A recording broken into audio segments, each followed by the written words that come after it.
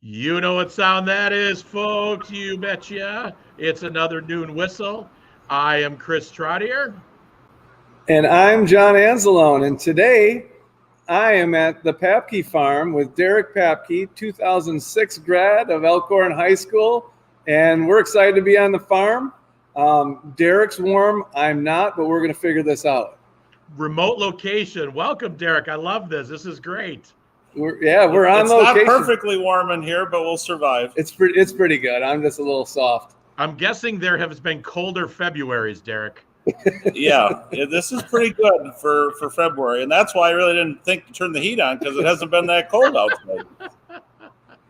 Anyway, we wanted to start out. Derrick and I were talking. We were all talking about. I wanted to ask him to kind of go through the legacy of the Papcke farm. Derrick's a fourth generation farmer. Papcke farm is well known, and we'd love to learn a little bit about. Well, my great grandparents bought this farm in 1930. We've been here ever since, and we milk 100 cows now and about 1,700 acres of cropland. But it's been in the family and ran pretty much exclusively by the family that entire time. We have a few, part-time help here and there, but predominantly just family. That's amazing. Yeah, his dad and uncle went to Elkhorn High School too, and aunt, correct? Yeah. My dad's siblings and my mom and all her siblings all went to Elkhorn, so all Elkhorn graduates. We're lucky to have Derrick. We're lucky to have the Papcke farm. Walworth County's lucky to have the Papcke farm. And today we're going to have Derrick talk a little bit about kind of his involvement in ag and FFA alumni. He has got his hands in just about everything.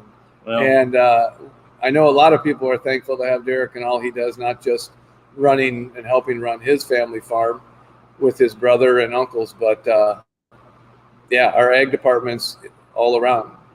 Well, we got started to talk about the FFA and everything. I started an FFA when I was in middle school and moved on from there. And I guess my FFA alumni involvement started after high school more heavily. And 12 years ago, I became the alumni treasurer.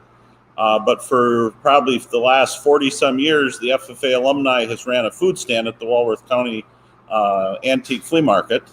And about 4 years ago, the Fair Board came to me and said, we want to offer Walworth County FFA a food booth to support Walworth County FFA chapters. And the grill and chill idea was born, and it's kind of grown and expanded from there.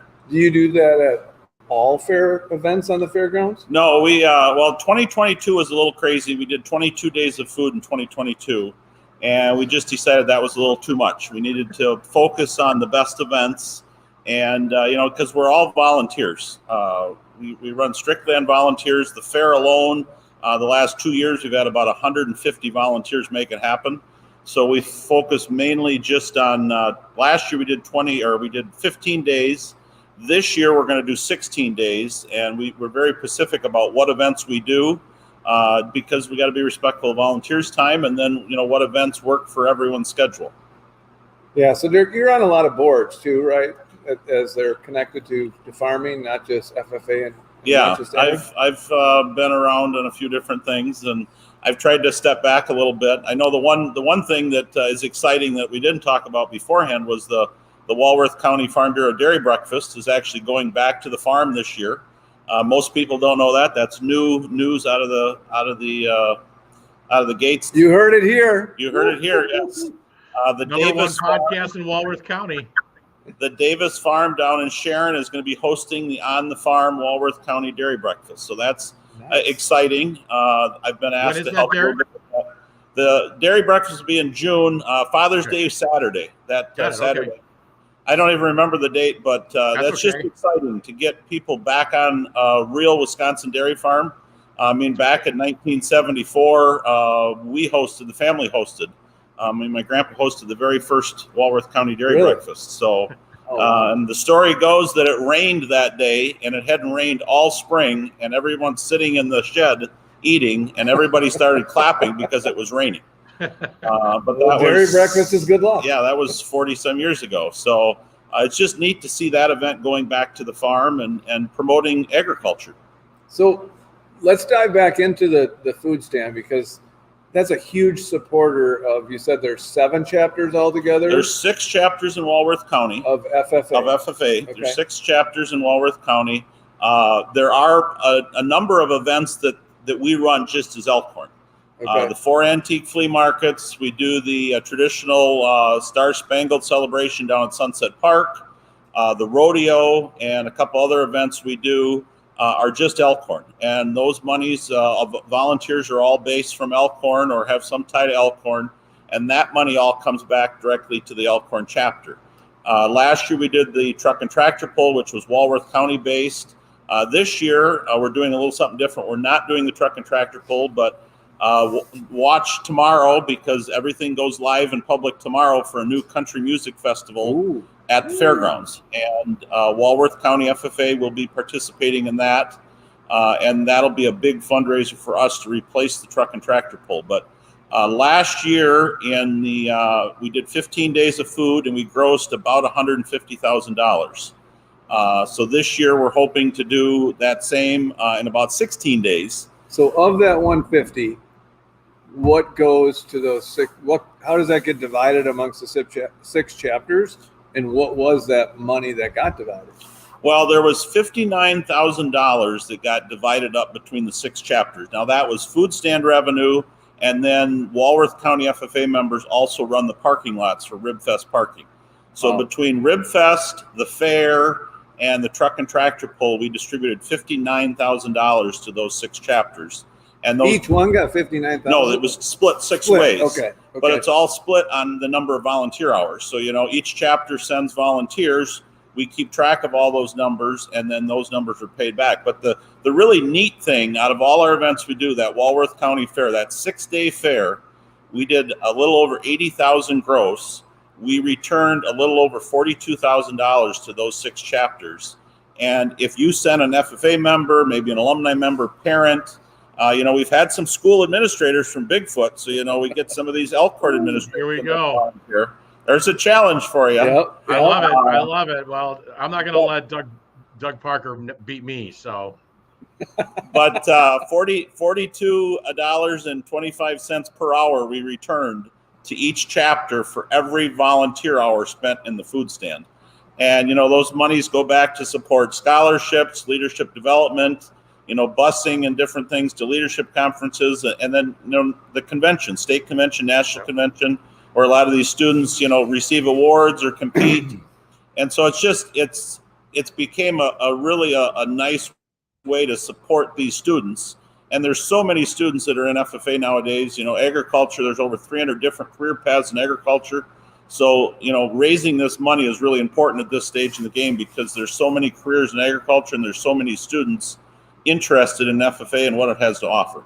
So is it safe to say there's no way they could do the things and have the offerings through FFA without that food stand, right? Without the support? Well, they could still have the stuff, but it would require the students to have a lot of out-of-pocket expenses. And we just had our business meeting here a couple of weeks ago, and the chapter president, thanked the alumni for their support because she said the students are realizing that they can go and compete, maybe in a food science program, or they go to a leadership program, or they go to national convention, and their out-of-pocket cost is greatly reduced. I'm sure you realize this, Derek, but you're creating access for everyone, right? There's no barrier to access if someone wants to be involved because of the funds that come in. And that's what we always say. We say if there's a member that can't afford something, or maybe can't afford the official dress or something, we're there to step up and say, no questions asked. We want to support those students and let them do and find their niche, find where they want to be, because that's the important thing about being, in school, being in high school, finding where you want to be in life and what you want to do. Absolutely. That's amazing. It's amazing.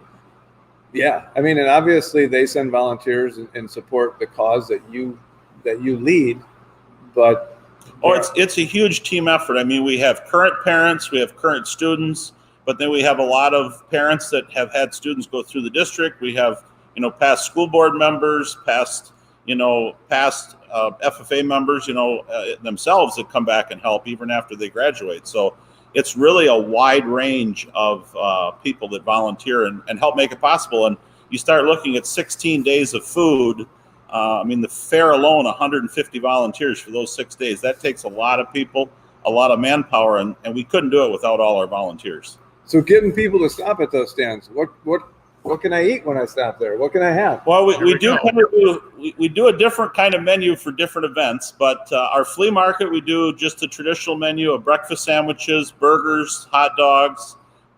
We do all that. We do a big thing we added about 4 years ago was our shakes. We do chocolate vanilla shakes. We try to be a very competitive but very reasonably priced product. For the fair, we do our grilled cheese. So we use Sargento all natural cheese, cheddar, Swiss, pepper jack, and what did I miss? Cheddar, pepper jack, Swiss, and Colby Jack are 4 flavors for the grilled cheese. And that's really our big thing at the fair, because families are looking for a reasonable price product. They want to support the youth and agriculture. So they come, they get a grilled cheese, they get a shake, you get mix or match for a deal, and it's just great. And then for some of our special events, like the truck and tractor pull, which we've done in the past, 4th of July, we add on cotton candy, popcorn, nachos. You know, you can't go through the 4th of July without some of them good things. So we offer it all, and we seem to get pretty good response, and people like it. And I've heard you make a mean shake there. We try. We try. We try. I need to eat less of them, I can tell you that. Well, Derrick, you got the sales pitch down to a science, man. I'll tell you that if it flowed right off the lips there. That's so great. I just want to give a quick shout out. We got Gene and John Henderson on. Chris Clapper with a quick shout out. Thank you for joining in. A lot of people on today. We always appreciate our fellow Rotarians being on. So, Derrick, what do you got behind you there? What is that? What is that big red piece of equipment? Well, as John told me, that's a tractor, but that isn't a tractor. It looks like a combine to me. Yes, that is a combine. So we're gonna help John on his farm terminology here. But I got a little training this morning about the farm machinery, and you just don't call that a tractor. It's a combine, which was good. And yeah, I'm getting schooled, and Derrick hasn't flinched over here. I'm starting to shiver. I don't think I have the farm body going. Well, Derrick, I think based on looking at that combine, maybe get some wax out and have John put a nice coat of wax on that combine, because she's shining. But I think we can make her really pristine there. What do you think? I think I'd rather let him wax it than try to fix it.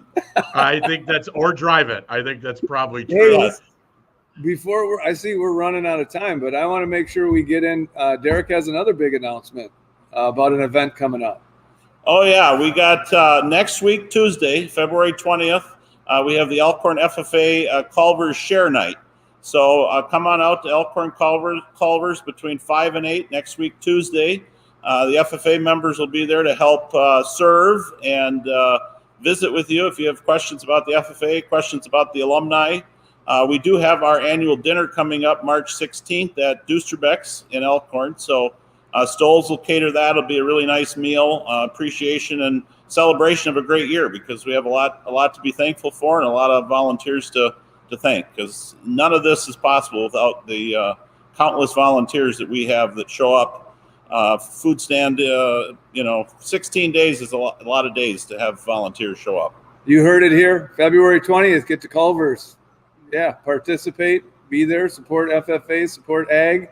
We're getting close to the end of the time here, Chris. Yeah, I think Derrick, we appreciate all you do. And, we really wanted to have you on as part of our celebration for Career and Technical Education Month, which is February.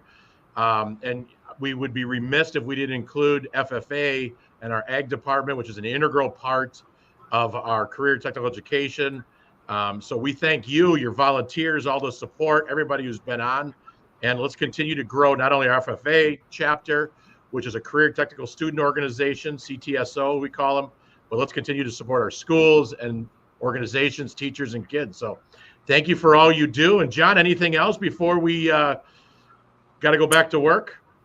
I'd love to stick around. I'd love to do another 15 minutes, but I have a combine to deal with after we're done here. That sounds good.